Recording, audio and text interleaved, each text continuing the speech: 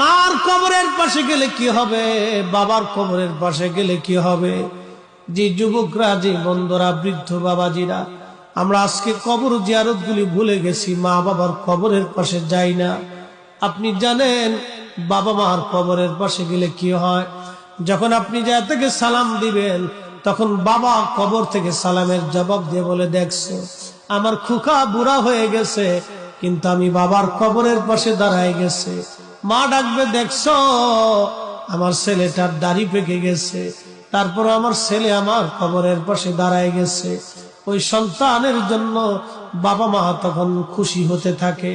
যখন সন্তান কবরের পাশে দাঁড়ায় কিছু জিয়ারত করে, বাবা মার জন্য দোয়া করে, তখন কবর থেকে বাবা মাও দোয়া করতে থাকে। একবার জোরে বলা যাবে কি সুবহানাল্লাহ। ওই কবর থেকে তারা চিনে, তারা দেখে। আপনি দেখেন